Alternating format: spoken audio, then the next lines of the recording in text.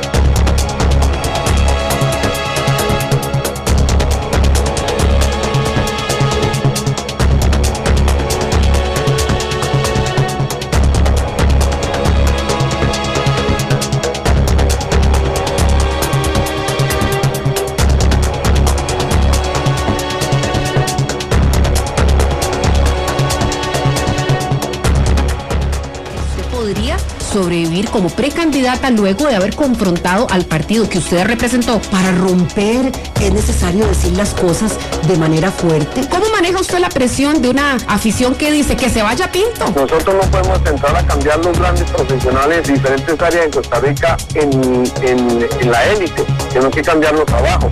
Y ese es un proceso que cuesta. Cuando el instante no basta, el análisis se encuentra con la realidad. Esto es Minuto a Minuto, más allá de la noticia, por Radio Monumental. Hola, ¿qué tal? Les saluda Randall Rivera, jefe de información de los noticieros de Central de Radio. Soy en representación de nuestra directora Michelle Mitchell en este programa de opinión en Radio Monumental y también a través de Canal 2, la imagen de la radio. Hoy nos acompaña para cerrar la semana uno de nuestros analistas políticos, Gustavo Araya, con el fin de entender lo que ha ocurrido la última semana, en que han surgido ya personas oficialmente que están interesadas precisamente en la candidatura presidencial. Uno de ellos es José María Villalta, quien es diputado actualmente del Frente Amplio, el único diputado de este partido, y también por otro lado una persona que había estado alejada de la política completamente, pero que bueno, tiene un gran padrinazgo, por decirlo de alguna forma, política. Se lo pidió el expresidente de la República, Rafael Ángel Calderón Fournier, y es precisamente el director del Hospital de Niños, don Rodolfo Hernández, con los candidatos que ya conocemos. Johnny Araya, el único prácticamente en Liberación Nacional. En el PAC está Luis Guillermo Solís, está Epsi Campbell, está también Juan Carlos Mendoza y Claudio Monge, y también en el partido de la Unidad Social Cristiana, don Roberto Suñol y don Pedro Muñoz. Gustavo, muchas gracias por acompañarnos a esta hora con este análisis y pues adelante. Buenas tardes ya, Gustavo. Buenas tardes, Ronda. Muchísimas gracias más bien por la invitación. Sí, sin duda alguna, un panorama que cada vez más, como se va aclarando, se va complicando también al mismo tiempo. Hay redefinición y definiciones a lo interno de cada uno de los diferentes partidos, y que tarde que temprano se tenían que empezar a dar porque, si bien es cierto, está haciendo falta, pareciera, según mi criterio, la conformación más allá de fuerzas personalistas, aspectos de carácter programático, ¿no? Para definir más o menos el derrotero nacional, siempre es también necesario la definición de las figuras para saber cuáles van a ser los interlocutores válidos por cada una de las fuerzas políticas del país. Gustavo, en el caso de don José María Villalta, quien anunció ayer su candidatura en el Parque Nacional, ¿tiene el Frente Amplio suficiente músculo político, tomando en consideración que en 2 elecciones seguidas ha logrado un diputado por elección, don José Merino en primera instancia, que en paz descanse, y don José María Villalta en segunda instancia? Pero además en la primera vez participaron, cuando fue Merino, participaron solo por San José. Ya en el caso de Villalta participaron por San José y Heredia también, y ahora van dando un salto gigante a una elección nacional y presidencial además, Gustavo. Así es. Bueno, esto habla por una parte bien, digamos, en cuanto a la organización del partido Frente Amplio, a falta, desgraciadamente, digamos, de uno de sus grandes líderes, y digo, desgraciadamente no porque don José María Villalta no lo pueda representar a cabalidad, sino porque evidentemente en términos de la política nacional perdimos un gran valor, como lo fue don José Merino, sino también, digamos, habla bien de la organización y del tipo de cohesión interna que existe dentro de este partido político, que sin más, digamos, mayores problemas, logre identificar, digamos, un candidato único hasta el momento para representarles la presidencia de la República. Músculo político, eso es muy relativo, ¿verdad? Como partido político, digamos que sí logra tener un músculo suficiente como para amalgamarse en torno a una sola figura. En términos de lograr, yo diría que siempre, digamos ahora, catapultar una personalidad en términos nacionales que permita dar por sentado que ya la etapa únicamente de lograr puestos diputadiles es una etapa superada, por decirlo de alguna manera. Ya esa etapa está cumplida y por lo tanto acceder de ahí a la presidencia de la República, por lo menos enviar uno de sus representantes a la presidencia de la República como candidato, es válido. Si lo logra o no lo logra, bueno, yo creo que es el gran reto de don José María Villalta, más allá de que vaya a quedar o no, sino de cuánto logre amalgamar en votos como figura y generar un proceso, digamos, de arrastre para llevar no solamente una diputación a la Asamblea Legislativa, sino también, digamos, una posibilidad de llevar más que una. Son las 12:08. Nos acompaña aquí Minuto a Minuto uno de nuestros analistas políticos, don Gustavo Araya, a quien de hecho ya casi lo vamos a tener en vivo aquí en la cabina. Sabemos que las presas son complicadas los viernes y pues venía de camino para el programa, entonces decidimos adelantar la entrevista vía telefónica para después entonces ingresar ya o que llegara ya Gustavo a acompañarnos aquí en la cabina de Radio Monumental. Gustavo, en el caso del Frente Amplio entrevistábamos a don José María ahora a las 11:15 en nuestra emisora hermana Radio Reloj, en el noticiero, y le preguntábamos sobre una coalición y nos decía que es una de las cosas fundamentales, que es la prioridad del Frente Amplio. No se busca de alguna forma simplemente tener un candidato fuerte en el sentido de que Villalta, la figura más fuerte del partido Frente Amplio en ese momento, de tener una figura fuerte con el fin de ir a negociar los puestos en una posible coalición, y me refiero en negociación de puestos a que si 5 o 6 partidos se unen, pues tendrán que escoger un solo candidato presidencial. Gustavo.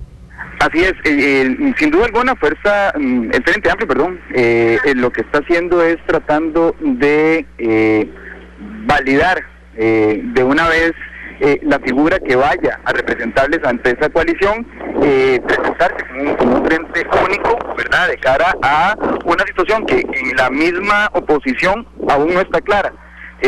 Falta todavía por definirse cuál es la situación del Partido de Unidad Social Cristiana, falta por definirse cuál es la situación en el PAC, y hay otras fuerzas que se están, digamos, formando o conformando en el escenario político, en el que de una vez y por todas pareciera que el Frente Amplio precisamente está tratando de llevar la pauta o de ser, digamos, la punta de lanza que permita esa coalición a nivel electoral.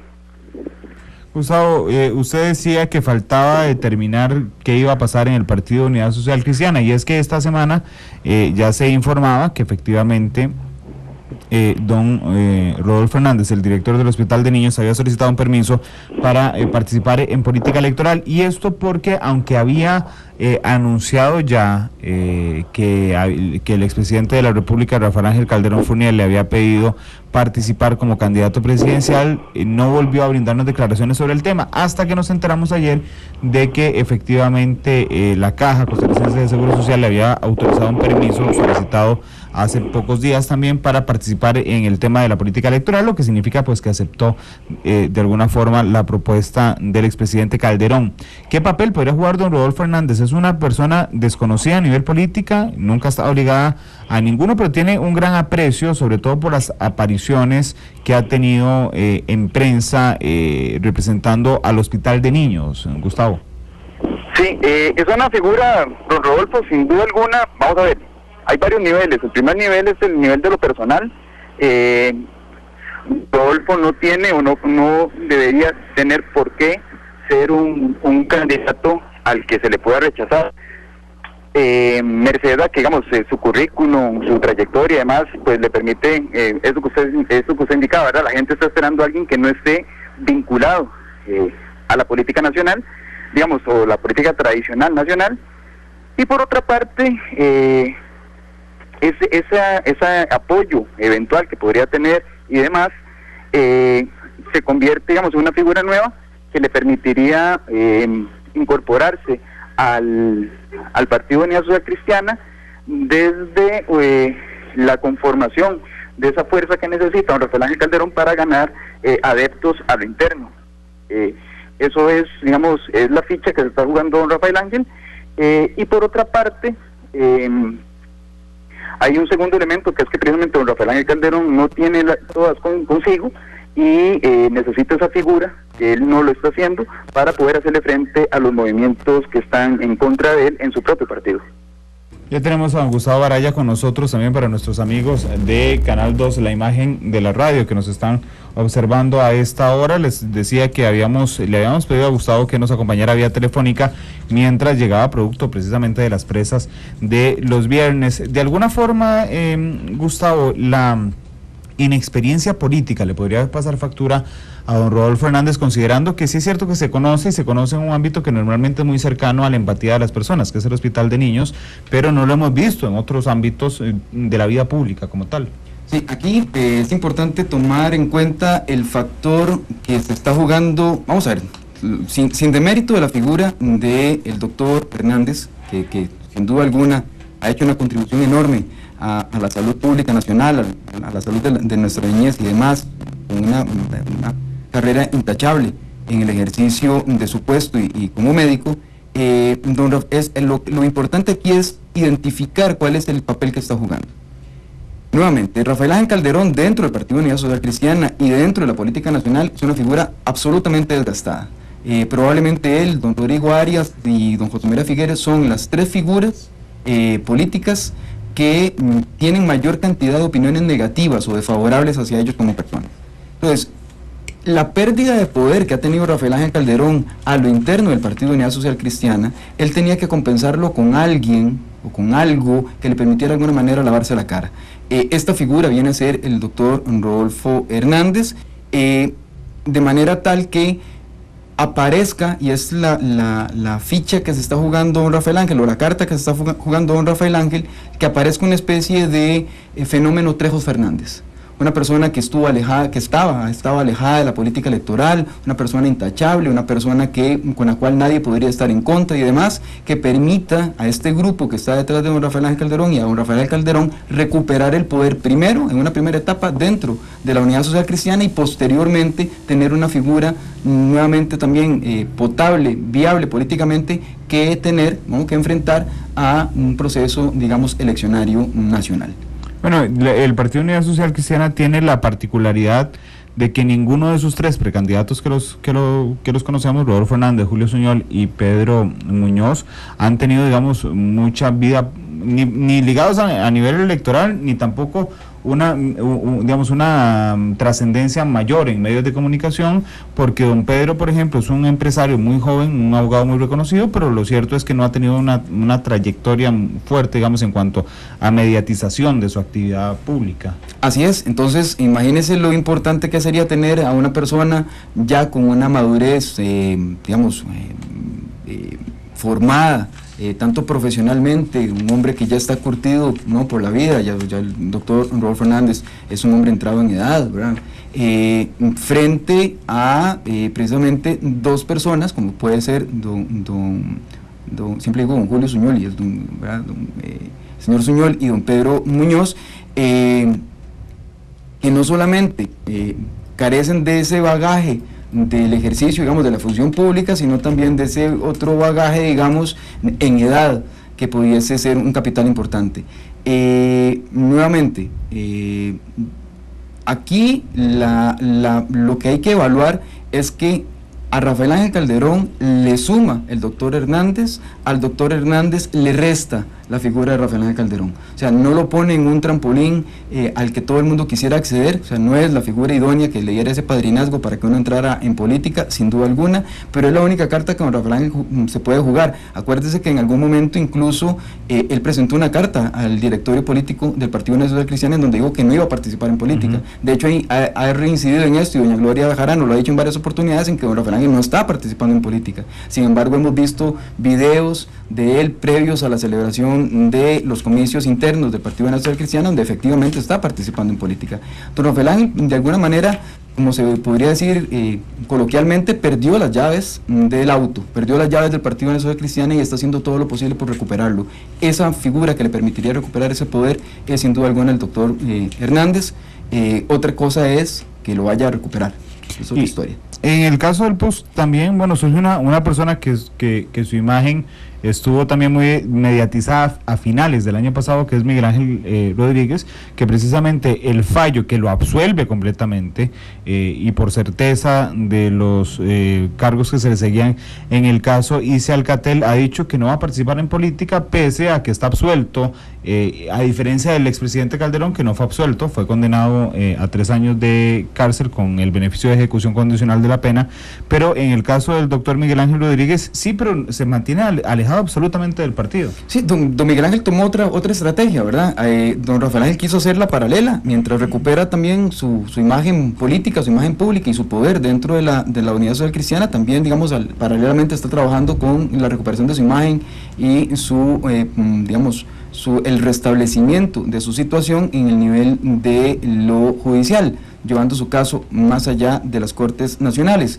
En el caso de don Miguel Ángel Rodríguez, la estrategia ha sido otra, claramente. Él prefiere, en lugar de llevarlo en paralelo, llevar una primera etapa. No sabemos si se va a presentar políticamente de manera posterior, pero sí ha decidido claramente abstenerse de la participación política hasta tanto no se resuelva por completo, y eso tiene que ver no solamente con un tema de lo judicial, que es la primera etapa, sino la etapa también de la parte, digamos, de su imagen, de su reputación ante la sociedad costarricense, como una segunda etapa en la que está trabajando sin duda alguna. Son las 12:18 minutos, vamos a intentar hacer un recorrido por los diferentes partidos de aquí a las 12:25 que sale el programa del aire para darle a nuestros compañeros de deportes el paso. En el caso de Liberación Nacional, de alguna forma se le acomodan las cosas a Johnny Araya con el fin de lograr una victoria facilitada según los datos de encuestas que hemos visto, porque no sabemos si va a ser efectivamente así, pero las encuestas por lo menos lo prevén de esa forma, Gustavo.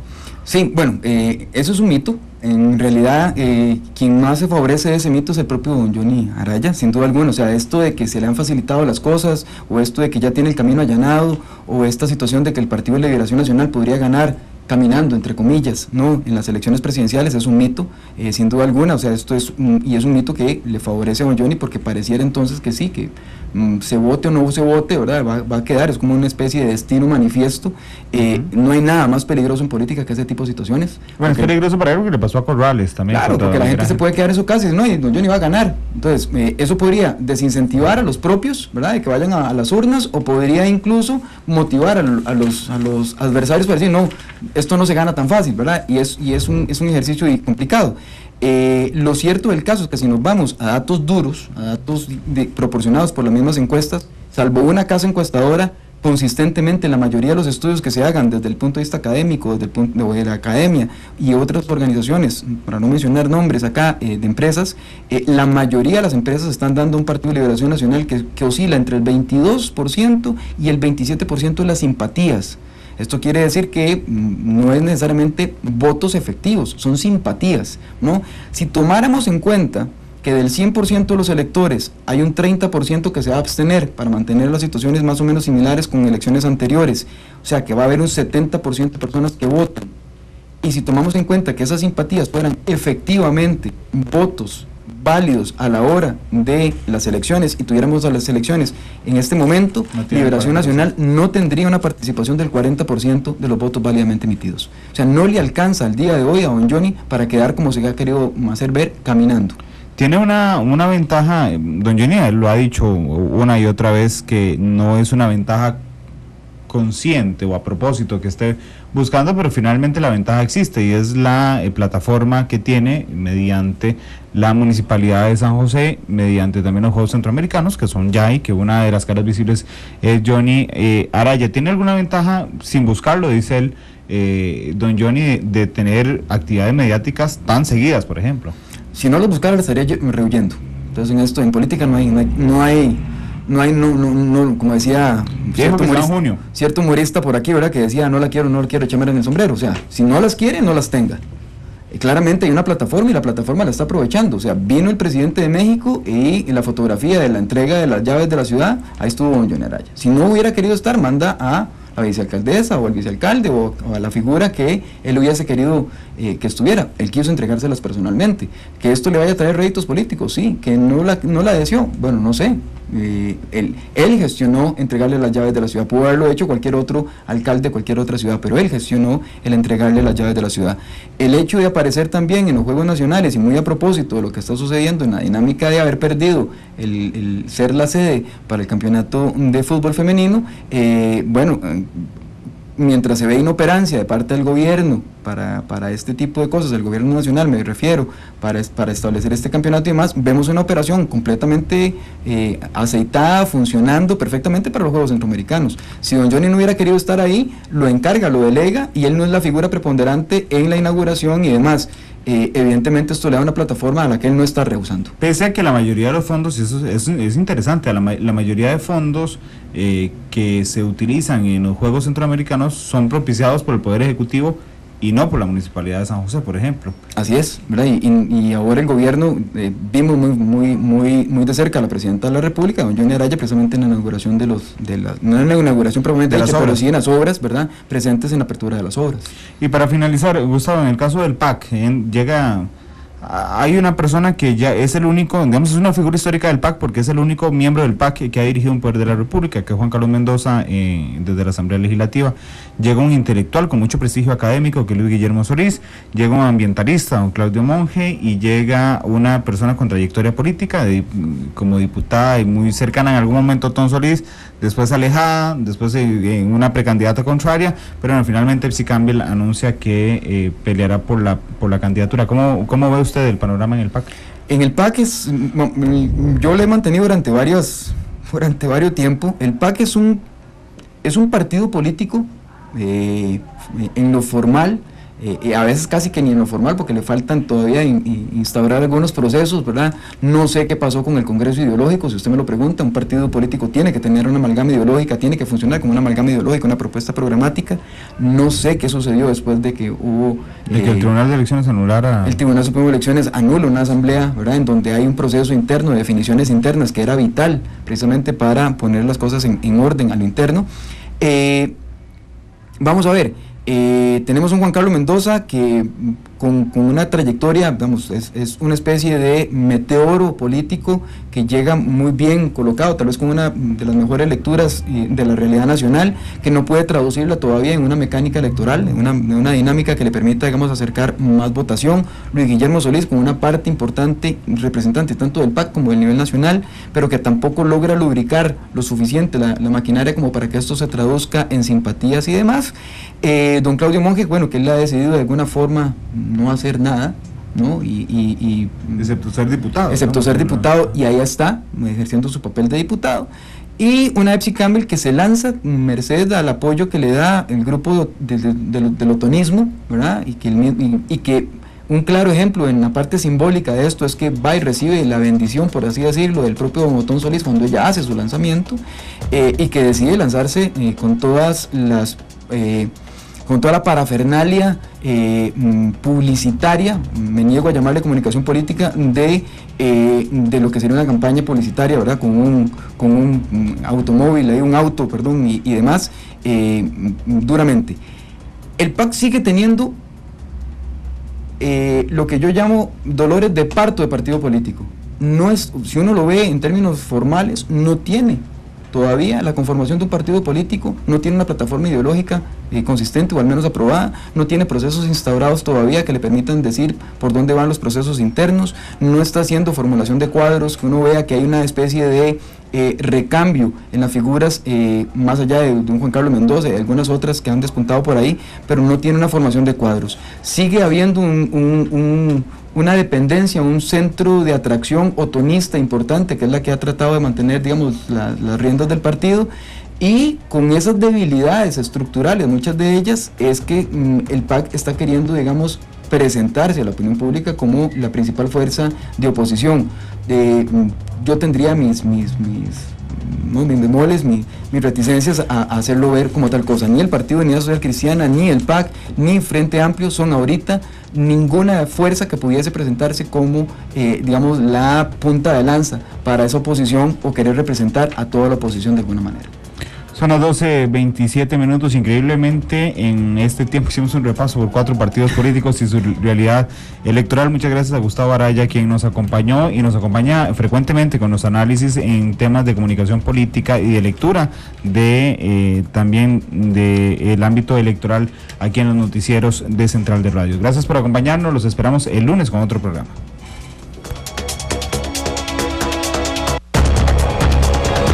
Cuando el instante no basta, el análisis se encuentra con la realidad.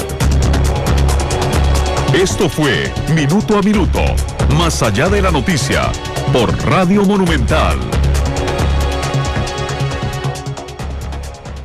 Cuando el instante no basta, el análisis se encuentra con la realidad. Esto es Minuto a Minuto, más allá de la noticia, por Radio Monumental.